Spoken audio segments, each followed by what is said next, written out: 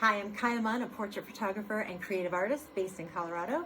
Today's pro tip video is going to be about the 7 P's for success. I'm very excited about this video. I'm going to tell you how the 7 P's to success, by not implementing them, led to my absolute worst sale ever, which I'm not proud about, but I think it should be shared so that you can avoid what happened. And I will also tell you how actually implementing the 7 P's for success led to my greatest photography portrait sale ever. And hopefully, if you're looking to level up your sales, you can think about that and see a way that this might help you to get greater sales for yourself. So with a little bit of humility and humor, I got to tell you where the 7 P's began.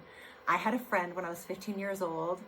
His name was Mike, and we hung out all the time. And his mom was the most intimidating woman I'd ever met or seen in my life. So she was an IRS tax collector, old school back in the day, where like they would knock on your door, and she said that gave her the greatest adrenaline rush of her life. That she loved it. Like this, the way that I'm passionate about making women feel and look beautiful. That was her passion, to terrify the pants off of anybody opening the door that she was there to collect their taxes. So this woman was scary, but she taught me something invaluable, and she said it was the 7 P's to success.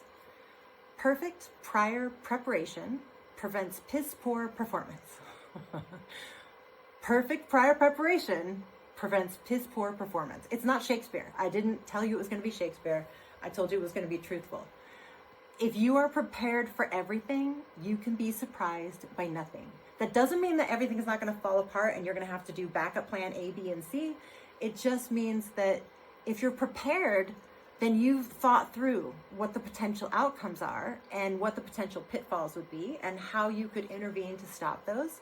And also on the positive side, if you're prepared, something that might seem like it's one thing can turn into a bounty of 10 things and more plentiful than you thought it could be. So with that said, I just want to tell you how I apply preparation to my sales sessions. And I want to share with you my absolute worst sale and my best sale. I think they're both equally valuable and important. So let's start with the worst. We'll finish strong. The worst sale I had, I've had a couple of no sales earlier in my career. And the worst one was a client who was referred by one of my best clients, who was a repeat client. So the referral came, so I assumed, which was a mistake, that this client understood how things worked, that she would be great to work with, that she would be excited, that I didn't think I was going to have a problem when it came time to selling. And so that wasn't even on my radar. I planned the shoot. I prepared for the shoot as I always do. She made a couple of extra special requests that frankly I didn't have in my repertoire, meaning there was wardrobe that was requested as well as a few props.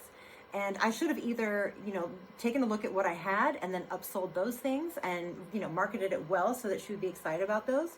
Or I should have shifted the conversation to how I can provide something equally wonderful that's different, right?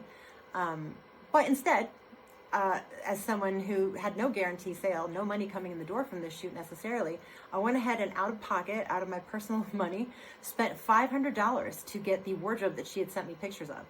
Mind you, she didn't spend a dime. She didn't get any of these things. She just kept sending me things. And I was like, I have to get it. This is how I'm going to make the sale. I've got to get it. So I bought $500 worth of wardrobe and props, specifically in her size, nothing that would be multifunctional for future clients. That's a different story we can talk about. I'll do that on occasion when I know that it's going to benefit me across the board with my clients. In this case, it did not. That said, she came. I gave her no session fee as a referral from my friend, as a gift to my friend, really, for referring her to me. And so the only thing she paid for was hair and makeup. And that wasn't paid to me. That was paid to my professional hair and makeup artist. So she came. She had an amazing time of the photo shoot. She thought everything was incredible. She couldn't stop raving about how wonderful it was. She took selfies everywhere, got a whole lot of gorgeous photos of herself in gorgeous wardrobe that I provided on beautiful sets that I created. And then we scheduled our sales session. And I thought everything was fine. And it was 2 weeks out from the time we had done the photo shoot. And it was about half an hour before it was supposed to start that I got a phone call. And the phone call was her saying, she's so sorry she forgot. She's not going to be able to do it today. And I said, okay, let's get you rescheduled. When can we book you in? That's going to be a great time for you to come and see. She goes, I don't think there's going to be a good time. And then she started to give me a list of reasons why she wasn't going to be able to come. So obviously red flags, right? I know at this point, this is a bad situation. This is probably someone who's decided they don't have enough money to pay for things. Or at the very least, it's inconsiderate of my time, my business. I've spent the afternoon preparing for the sales session and I'm ready to go, and that costs me money, right? But I'm staying on point, staying on message, and I'm still trying to make my client happy and make myself happy by making a sale. So I get her to commit to a second time to come see her images. She cancels that time as well. She's got another excuse. The third time, she cancels, she tries to cancel while she's in the car. And I don't remember exactly what it was she said, but she tried to play it off like there was a car accident on the highway and that they were stuck. And I could hear a man's voice talking in the car. And he was like, is she buying it? Is she buying the story? And I just, like, they were probably on speakerphone and weren't even paying attention. And I said, so it sounds like getting here is what's going to be problematic, because she lived about an hour away. And she said, yeah. I said, no problem. You know what? I don't want you to be stressed out at all. That's not the point of this. Why don't you and your husband, if that's who you're with, go back to your house, get set up. I'm going to send you a Zoom link and we'll do it from the comfort of your home. So that threw her, but she agreed, because I kind of, I proposed an option that made it very difficult for her to not agree to. That said, we get on the Zoom call. It's her and her husband. I spend an hour on the call with her oohing and eyeing and him saying these are the most beautiful photos he's ever seen of her. They're writing down number after number after number. I'm writing down numbers. I'm creating a second gallery of all the selections, any notes that they have for me on it. And really, everyone is thrilled and happy at this point. And I've got about 40 images ready for her that she has selected as the ones they want to purchase. And she says, I just need 1 minute and we'll be right back. Great. The camera goes dark. She comes back in a minute. And when she comes back, they've both been on the camera this whole time. I'll see if I can do it. Her husband is in the corner of the video like this, and she starts talking. She goes, so Kaya, and he goes, and just disappears off camera, at which point I know, oh no, this is horrible. And he just slinks down out of the shot. And she says, I really appreciate everything. I think I'm just going to take the experience. Thank you. Hangs up on me. And it was at that point, my adrenaline starts going, and I'm like, what just happened? Like, what just happened? I don't even know what happened. Like, they loved everything. I'm writing up a sales order for 40 images. We're deciding the materials for the album that they want. And I got duped. I got totally duped. And what I did wrong is I didn't have a photography contract that said a minimum investment.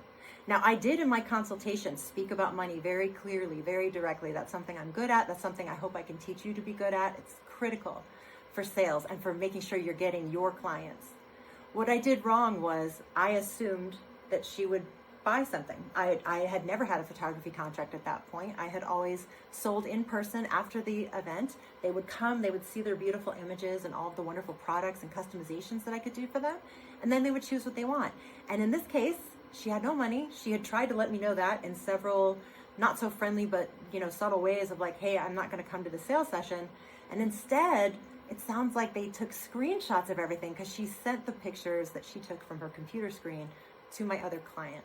So not only did I lose $500 that I spent on this, but she got everything she wanted, and her husband got everything he wanted. And that was the end of them. I never heard from them again. I was pretty wrecked. That was a rough night for me. My best friend had to take a very difficult phone call for me, where I paced in circles around my house going, I don't know what I did. Like, I tried to do everything. I over-delivered, under-promised. I did all the things that you should do to make a good sale. And at the end of the day, I had to, get real with myself and say, no, you didn't.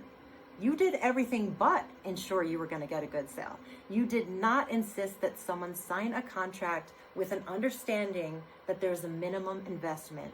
And your minimum investment may be different than mine, but it was that day that I decided I needed a minimum investment, and I needed to decide what it was worth if someone were to show up. What was the minimum that I would be okay with, not feeling like it had been a failure if that's what they chose. And that's kind of, what you create as almost your throwaway product. It's not the one you want to sell, but it's the one that you're willing to sell if this is a poor sale. So from that day onward, I've never had that experience. I never will have that experience, because I now make sure that I talk about my minimum investment and the photography contract during my consultation. I send that contract immediately following the consultation, and I require initials on a line that says, I require a minimum investment of. So there's clarity, there's clear communication. So my worst sale in the red, negative 500. My best sale, however, let's go back to those 7 P's of preparation, right? Perfect prior preparation prevents piss poor performance. I had booked a senior photo shoot, so high school senior photo shoot. Amazing family, amazing parents, I love them. And they wanted me to come out to their beautiful farm and to do a photo shoot of their incredible daughter, who I will tell you about another time because she is so special to me. But I knew, that I wanted to plan something amazing for her. And so I started planning. And then I got a text message from her mom.